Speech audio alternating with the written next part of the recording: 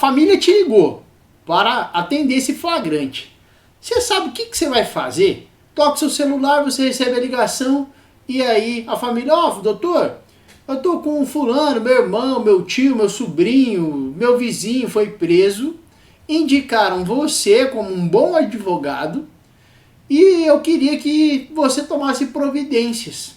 E aí, o que você vai fazer? Como que você vai fazer esse atendimento? Como você deve proceder diante dessa situação? Eu estou partindo do pressuposto aqui, nessa explanação que eu vou fazer aqui, de que o acautelado, aquela pessoa que foi presa, ela já foi ouvida lá na delegacia. Estou pulando a fase da delegacia. Às vezes a família demora para achar o advogado, para entrar em contato, e aí nesse meio tempo, até achar o advogado, até contratar, o réu também não fala que tem advogado e também não insiste naquele direito dele de ser ouvido na presença do advogado, ele acaba sendo ouvido. Então o auto de prisão em flagrante ele já foi formalizado e a partir de então você é contratado para tratar desse problema aí, dessa prisão, depois da fase da delegacia. O que eu vou repassar aqui é depois da fase da delegacia, porque se você é contratado imediatamente para fazer o atendimento já lá na delegacia, você tem um passo a passo. Você vai chegar lá, vai conversar reservadamente com a pessoa que foi presa, vai acompanhá-lo no interrogatório. Então tem uma série de quesitos, uma série de questões que você vai poder fazer. Então o que eu vou explanar aqui é na fase posterior à fase da delegacia. Tá? O auto de prisão em prisão flagrante ele já foi formalizado, já foi finalizado e ele foi encaminhado para o fórum, para que seja realizada a audiência de custódia. O que eu, na prática, eu observo? Primeiro, pegar o nome completo do acautelado. Por quê?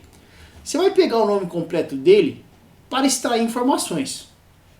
Com o nome completo dele, você pode ligar na delegacia. Se você souber em qual delegacia que ele está preso, você liga lá. A não ser em qual delegacia está preso. Aí você vai ter que ver pela região. Tá? Ele foi preso lá no bairro X ou Y. Tá? Qual que é a delegacia responsável por essa região? Tá? Se for em um horário comercial, vamos dizer assim.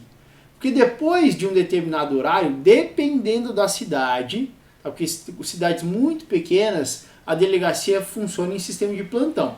Cidades grandes, onde existem mais de uma delegacia, uma pode ser delegacia de plantão, nunca fecha, e outra só durante o expediente. Então você vai analisar. Se é uma só delegacia na cidade inteira, óbvio, ele foi para essa única delegacia. Se forem mais delegacias, se existirem mais delegacias, uma cidade maior, por exemplo, onde existem várias delegacias, se for no horário comercial, né, no horário, digamos ali, entre as 7 e as 6 da tarde, muito provavelmente você vai analisar a região onde ocorreu esse flagrante, onde o indivíduo foi preso, e ele vai ser conduzido para a delegacia mais próxima, a delegacia responsável pela região. Se ele foi preso, por exemplo, fins de semana, feriados, no regime de plantão, aí você vai ter que buscar nas delegacias de plantão. Você liga lá, se identifica como advogado. Uma dica prática, você tem que ligar lá e se posicionar. Olha, eu sou advogado. Tudo bem, boa noite, sei lá, bom dia. Se for no domingo de manhã, meu nome é fulano de tal, meu nome é Mário Guarnieri, eu sou advogado. Eu estou procurando pelo fulano de tal, pois eu sou advogado e quero acompanhar o flagrante. Quando você fala com uma entonação mais forte, mais robusta, né, passando confiança no que você está falando, geralmente a pessoa do outro lado da ligação, o agente, o escrivão, quando atende, ele vai falar, não, ele está aqui e nós já encaminhamos o flagrante. Aí você pergunta, o flagrante já foi formalizado, já foi encaminhado para fora? O que eu disse no início, eu estou partindo do pressuposto que o flagrante já foi formalizado, o réu já foi interrogado e esse flagrante foi encaminhado para o fórum. Tá, mas só para saber, você pode ligar lá na unidade policial e perguntar se o fulano de tal está de fato preso lá e depois você pergunta se o flagrante já foi formalizado e encaminhado para o fórum. Tá? Reafirmando, o que eu estou falando aqui, eu estou partindo do pressuposto que a fase policial já passou. Tá? Quando você foi contratado, o réu já foi interrogado. Você só vai pegar na fase posterior ao flagrante, já lá antes ou depois da audiência de custódia. Então, com o nome completo dele, você vai identificar onde ele está e ligar na unidade policial para saber. Flagrante já foi formalizado? O acautelado, a pessoa que foi presa, ela já foi ouvida, né? Já foi interrogado o suspeito. E se ele, aqui na minha aula, eu estou partindo do pressuposto que ele já foi ouvido. E aí você vai ligar para perguntar se o flagrante já foi formalizado, já foi encaminhado para o fórum. Então esse é o primeiro ponto, pegar o nome completo. Em muitas comarcas aqui do país, os processos já tramitam de maneira 100% digital. Não tramitam mais de maneira física. Isso facilita muito.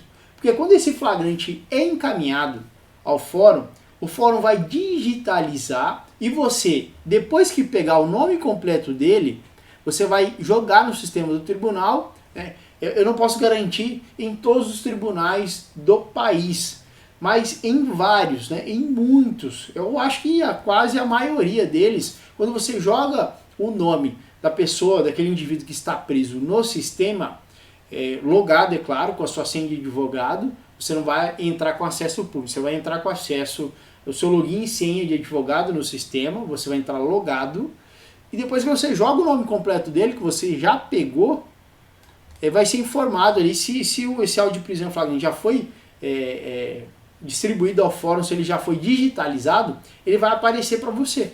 E é bom porque você vai conseguir olhar todo o auto de prisão em flagrante. O que aconteceu, quais as testemunhas, o que de fato está acontecendo. E a partir dali, você vai poder também até calcular o quanto de honorário você vai cobrar.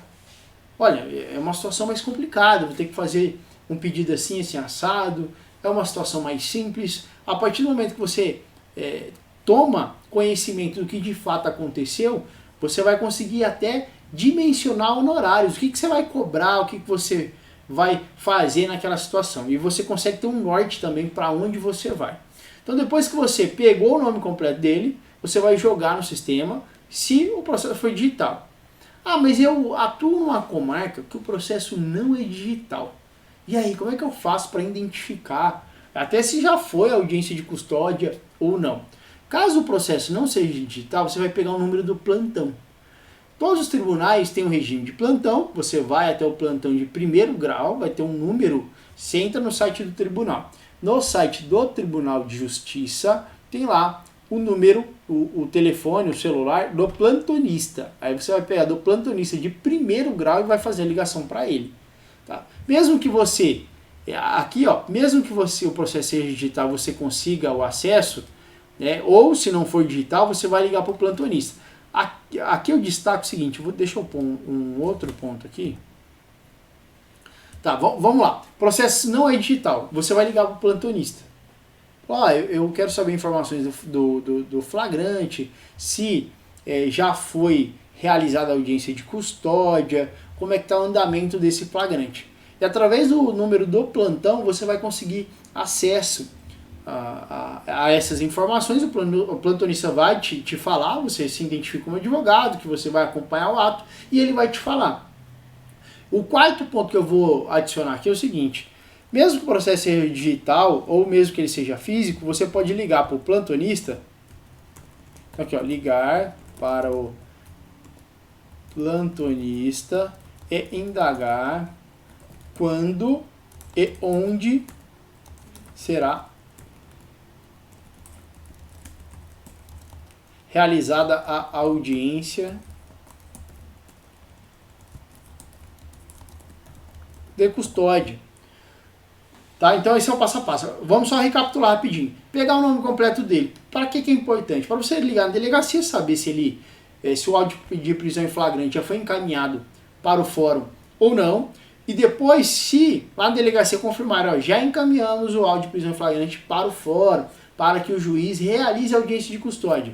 Aí você vai pegar. Se o processo for digital, joga o nome completo dele no sistema, para ver se o processo já foi digitalizado. Se não for digital, você liga para o plantonista e pergunta informações sobre esse flagrante, fala que você precisa ter o acesso.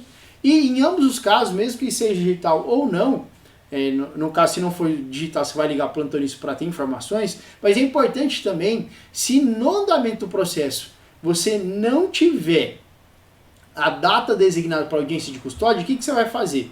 Você pode ligar no plantão, você vai ligar lá no número do plantão disponibilizado no site do tribunal, se for fora do horário comercial, e você vai perguntar para o plantonista quando e onde será realizada a audiência de custódia.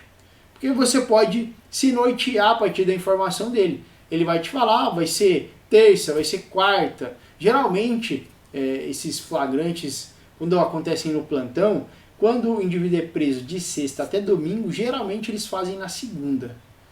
Viola, sim, o Código de Processo Penal, artigo 316, porque deve ser realizado para as de 24 horas. Na comarca onde eu atuo, é comum o indivíduo ser acautelado na sexta e ser submetido à audiência de custódia apenas na segunda. Quando extrapola aí mais de 24 horas, por exemplo, chegando a 48 horas, eu ingresso com habeas corpus, autoridade coatora ao magistrado que não realizou a audiência de custódia dentro do prazo. Mas enfim, isso vai variar de comarca para comarca, de tribunal para tribunal. O importante é você ligar para o plantonista para você saber quando e onde será realizada a audiência de custódia, ou até se já foi a audiência de custódia. Isso porque a família pode demorar tanto para te comunicar que vai contratar de ordem depois de 2, 3 dias do flagrante. Aí já foi o flagrante, o indivíduo já passou pela fase da delegacia, já foi interrogado, o auto de prisão em flagrante já foi encaminhado para o fórum, o juiz até converteu esse flagrante preventiva. E a família te contrata só lá depois. É o ponto 5 aqui que nós vamos comentar. Mas é importante você ligar para o plantonista para saber informações. Quando e onde será realizada a audiência de custódia. Aí ele vai te dar as informações e provavelmente, se ela não tiver sido realizada já, você vai poder acompanhar. No outro dia você vai lá, às vezes eles geralmente fazem de manhã, pode fazer à tarde também. Como eu disse, vai variar de comarca para comarca, de tribunal para tribunal. Quando você ligar ao plantonista, além de pedir informações sobre o auto de prisão em flagrante e sobre a custódia, é importante também você perguntar: já foi realizada a audiência de custódia? Tá, mas o que isso vai influir lá na frente? Se já foi ou não foi a audiência de custódia? Porque é o seguinte, quando acontece o flagrante aqui, aconteceu o flagrante, o que vai acontecer? Esse indivíduo ele é encaminhado para audiência de custódia. Ele vai ser encaminhado para audiência de custódia. Nesse meio tempo aqui, entre o flagrante e a audiência de custódia, você pode fazer o pedido de liberdade provisória. Lembrando, liberdade provisória, a prisão é legal. Não há nenhuma ilegalidade com o flagrante. O flagrante é legal. Só que, no caso, em análise, não existe nenhum requisito lá do artigo 312 do Código de Processo Penal. O artigo 312 são os requisitos da prisão preventiva. Então, esse flagrante é legal, mas a garantia da ordem pública, garantia de aplicação da lei penal, ou para a conveniência da instrução, são 3 requisitos para a decretação da prisão preventiva. O flagrante é legal, não há nenhuma ilegalidade, nenhum vício ali que vai macular esse flagrante, mas também não existem nenhum dos requisitos da prisão preventiva se fazem presente no caso. Então você vai ingressar com liberdade provisória. Esse é o pedido que você vai formular. Liberdade provisória. A liberdade provisória é uma medida de contracautela à prisão em flagrante. Não é o caso de flagrante ilegal. Verifiquei que foi um flagrante forjado, um flagrante preparado pela polícia. Se o flagrante for ilegal, relaxamento de prisão em flagrante, porque a prisão é ilegal. Prisão ilegal, relaxamento, prisão legal, mas não existem os requisitos da prisão preventiva, pedir liberdade provisória com aplicação de medidas cautelares diversas da prisão, previsto lá no artigo 319 do CPP. Por que é importante você saber? Ah, já foi ou não foi a audiência de custódia? Porque se já passou a audiência de custódia e o juiz fez a conversão, né, converteu o flagrante em prisão preventiva, você ainda pode fazer relaxamento? Pode. Se a prisão for ilegal, você pode fazer o relaxamento de prisão preventiva. Só que depois da audiência de custódia, se houve a conversão em preventiva, você pode fazer o pedido de liberdade provisória? Não. Absolutamente não. Depois da audiência de custódia, quando a prisão é convertida, a prisão em flagrante é convertida em prisão preventiva, você não vai mais distribuir o pedido de liberdade provisória. Qual é o pedido que você vai formular? Revogação da prisão preventiva. Tá? Esse ponto é importante. Tá? Então, se foi ou não audiência de custódia, para que eu vou saber? Para entender se você vai fazer um pedido de liberdade ou um pedido de revogação. O pedido de revogação, você vai colocar o pedido de revogação da prisão preventiva, você pode cumular ele com a liberdade provisória, no que tange ao artigo 319. Você pode requer a revogação da prisão preventiva com a aplicação de medidas cautelares diversas da prisão, se necessário. Então, antes da custódia, liberdade provisória, pedir liberdade provisória, flagrante legal. Flagrante é ilegal, flagrante forjado, preparado, relaxamento de prisão em flagrante. Ou não seguiu lá o artigo 302 do Código de Processo Penal, que descreve as situações de flagrância, na qual permite-se a prisão em flagrante do agente. Foi a audiência de custódia, aí não é mais possível pedir liberdade. Aí, revogação, você pode acumular a revogação com a liberdade, no sentido de pedir a revogação com a aplicação de medidas cautelares, caso seja necessário. Ou relaxamento de prisão preventiva, quando essa prisão ela é ilegal. Por exemplo, um excesso de prazo. Temos excesso de prazo no processo, então por excesso de prazo a prisão é ilegal.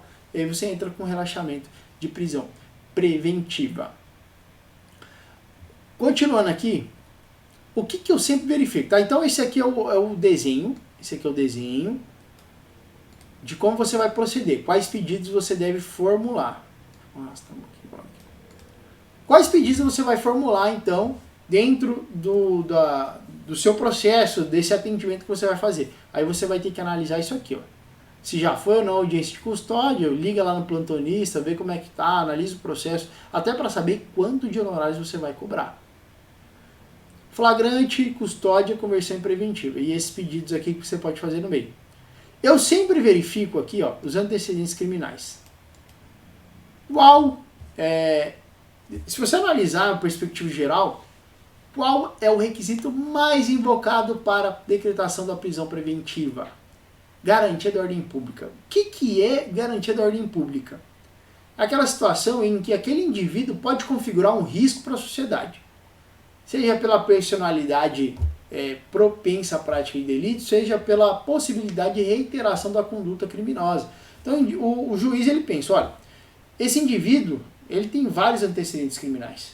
Então ele é uma pessoa propensa à prática de crime. Se eu não prendê-lo agora, se eu deixar ele livre, esse indivíduo é um risco para a sociedade. E como ele é um risco para a sociedade, o melhor que eu tenho que fazer, em nome da garantia da ordem pública, é deixá-lo preso. Portanto, o que eu sempre verifico quando eu vou já esquadrinhar, vou redigir os meus pedidos? Antecedentes criminais. Isso aqui é importante. Se o seu cliente ele tem antecedentes criminais, você vai ter que remar, lutar um pouquinho para tentar soltar ele. Tá? Porque os antecedentes criminais, todo juiz bateu, tem antecedente criminal, provavelmente ele vai fundamentar na garantia da ordem pública, vai deixar o seu cliente preso. Aí cabe você, por exemplo, eu já peguei caso que o meu cliente tinha, na folha de antecedentes constava positivo, constava um processo. Só que nesse processo ele foi absolvido. Aí eu vou te falar outra tática. Não foi audiência de custódia, tá? O juiz ainda analisou. Não analisou, perdão. O flagrante. Não foi audiência de custódia. Você verificou que não foi audiência de custódia, logo você vai fazer liberdade ou relaxamento. Em ambos os casos aqui, o que eu costumo fazer na prática? Se não foi audiência de custódia, você pode fazer o pedido de liberdade na audiência ou seu pedido de liberdade pode ser feito e protocolado antes da audiência. Se o acautelado, o indivíduo que está preso, se ele tem residência fixa, se ele tem endereço e se ele tem trabalho lícito, eu, particularmente, gosto de fazer um pedido de liberdade provisória antes da audiência de custódia, já juntar com esses documentos. Isso porque você dá subsídio para o juiz. O juiz vai olhar se ele não tem antecedente criminal. Se você comprova que tem residência fixa e trabalho lícito, isso é uma mão na roda. O juiz olha isso com bons olhos. Isso pode favorecer o acautelado no momento da análise da custódia. O juiz, ao verificar, bom, ele é primário. Ele já foi juntado aqui que ele é empresário, que ele é autônomo, que ele tem carteira assinada, ou seja, que ele trabalha, enfim. Você tem que comprovar que ele trabalha. É só pela carteira assinada? Não, existem outros procedimentos que você pode fazer para comprovar o trabalho. O importante é comprovar o trabalho. Comprovou o trabalho, comprovou a residência fixa. Como que eu comprovo a residência fixa? Com qualquer comprovante de residência.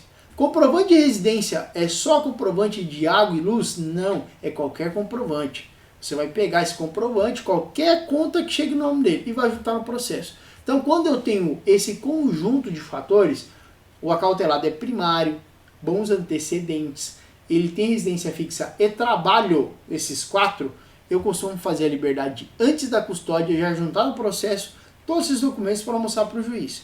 O juiz, na hora de analisar, já vai ver tudo isso e falar, ó, de fato, ele tem primário, residência fixa, trabalhista, possivelmente, se for pedir de liberdade, vai conceder, e o relaxamento de prisão em flagrante, que pesa, o flagrante é ilegal, tenha ou não residência e trabalho fixo, residência fixa e trabalho lícito, isso não vai importar porque o flagrante é ilegal. Mas no pedido de liberdade é interessante você juntar antes.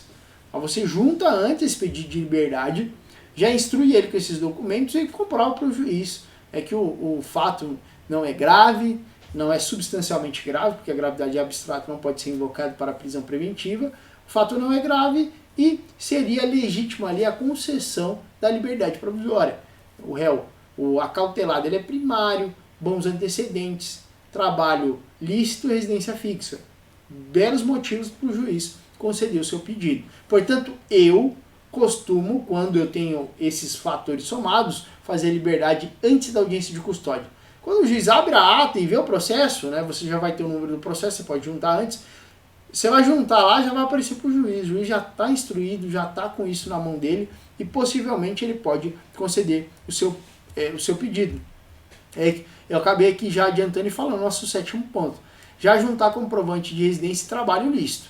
Tá? Isso é importante para subsidiar e para fornecer documentos ao juiz. O juiz olha aqui e fala, ó, se ele tem esse conjunto de fatores e ele foi além ainda, o advogado já juntou antes da audiência o comprovante de trabalho de residência lícita, eu estou confundindo, trabalho lícito e residência fixa, se já juntou, nossa, é uma mão na roda.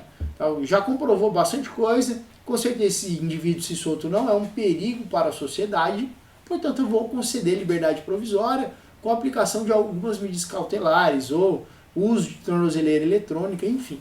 Existem N situações que você pode pedir, né? N medidas cautelares que podem ser aplicadas no caso em concreto. É uma outra situação. Inclusive eu enfrentei essa situação há algumas semanas. O indivíduo ele tem antecedente criminal, né? Na folha de antecedentes deu positivo. Só que esse processo que ele respondeu, ele foi absolvido. É importante você justificar isso no seu pedido de liberdade, dos antecedentes criminais. O acautelado é primário de bons antecedentes. Em que pese a folha de antecedentes ter saído positivo ou constar processo na folha de antecedente, ou no referido processo, o acautelado foi absolvido. Então, de acordo com a sua absolvição, ele é primário e de bons antecedentes. Não é porque ele respondeu um processo que ele tem maus antecedentes. Ele vai ter maus antecedentes se ele responde a vários processos e esses processos ainda estão em curso ou ele já foi condenado. Aí tem a questão do bis in idem, não pode usar o mesmo processo para reincidência e maus antecedentes. Mas se ele consta que ele respondeu um processo e ao final ele foi absolvido, não foi condenado, não pode ser considerado como maus antecedentes. Eu peguei um caso em que o meu cliente ele tinha 2 processos na folha de antecedentes, mas nos 2 ele tinha sido absolvido. Então, se ele for absolvido, ele é primário e é sim de bons antecedentes, porque instaurou um processo de desfavor dele e ele foi absolvido. Então, se ele for absolvido, ele foi absolvido e não posso dizer que esses processos são maus antecedentes. Então, fique atento a isso também. Folha de antecedente é o primordial. Eu sempre verifico antes de fazer. Com a folha de antecedente, eu já sei uma probabilidade do meu pedido ser concedido ou não. Não tem nenhum antecedente, eu tenho um processo lá, mas ele foi absolvido, tranquilo, você vai com uma grande possibilidade da concessão da liberdade provisória ou do relaxamento de prisão. Ou, agora, tem antecedente criminal, pode dificultar. Uma outra tese que é importante é o seguinte: quando há um período longo entre o cometimento de um crime e outro, não pode dizer que ele é propenso à prática de delitos. Isso porque ele ficou, por exemplo, um crime aconteceu em 2005, né, foi de antecedente, e agora ele veio a delinquir de novo em 2019, ou seja, tem mais de 15 anos. Então não pode dizer que a personalidade dele é reiterada para o crime. Ele ficou 15 anos sem cometer nenhum crime. Então, nesse sentido, se você verificar também uma distância muito longa entre um antecedente e outro lá na folha de antecedentes, você pode justificar também esse tempo largo e que em 15 anos ele não praticou nenhum delito e que esse antecedente anterior não pode ser considerado naquele momento como uma personalidade voltada para o crime, garantia da ordem pública, que é um risco para a sociedade. Isso não. Isso não. Naquele momento você pode justificar entre o cometimento de um delito e o outro passou muito tempo e não pode ser considerado como risco para a sociedade, né? E em nome disso decretar a prisão preventiva como garantia da ordem pública. Esse aqui foi um passo a passo que eu costumo fazer. Se você já tem o seu passo a passo, legal. Quem não tem e quiser dar uma olhada aqui, é importante para você que não sabe ainda como se portar, como fazer, você ler esse passo a passo. Então, pegar o nome, só vou recapitular aqui para a gente finalizar, pegar o nome completo do acautelado, com o nome dele você vai ligar na delegacia para saber se já foi, se já passou a fase da delegacia ou não. Com o nome dele também, você vai lá ligar no plantonista para saber como é que está esse auto de prisão em flagrante, se a custódia já foi realizada, se não foi realizada ainda. Se o processo for digital, com o nome dele você já consegue abrir o processo, olhar todo ele, saber quanto você vai cobrar de honorários. Se não for digital, você vai ligar no plantão para saber, de uma forma ou de outra, você vai ligar no plantão para saber informações sobre a audiência de custódia. E é importante aqui a audiência de custódia, porque se ela já foi, você só vai fazer o pedido de revogação ou relaxamento. Se ainda não foi antes da custódia, você pode fazer o pedido de liberdade e relaxamento de prisão em flagrante. Você pode fazer o pedido de liberdade ou relaxamento, pode ser antes, você faz por escrito e protocolo, você pode fazer durante a audiência de custódia. Aí a revogação e relaxamento você vai fazer por escrito e juntar, porque já passou a audiência de custódia. Verifico sempre o antecedente e se eu tenho um conjunto, o acautelado não tem antecedente criminal, tem trabalho lícito e residência fixa, eu já junto antes um processo para subsidiar e aumentar a sua probabilidade de conseguir essa liberdade provisória ou esse relaxamento de prisão.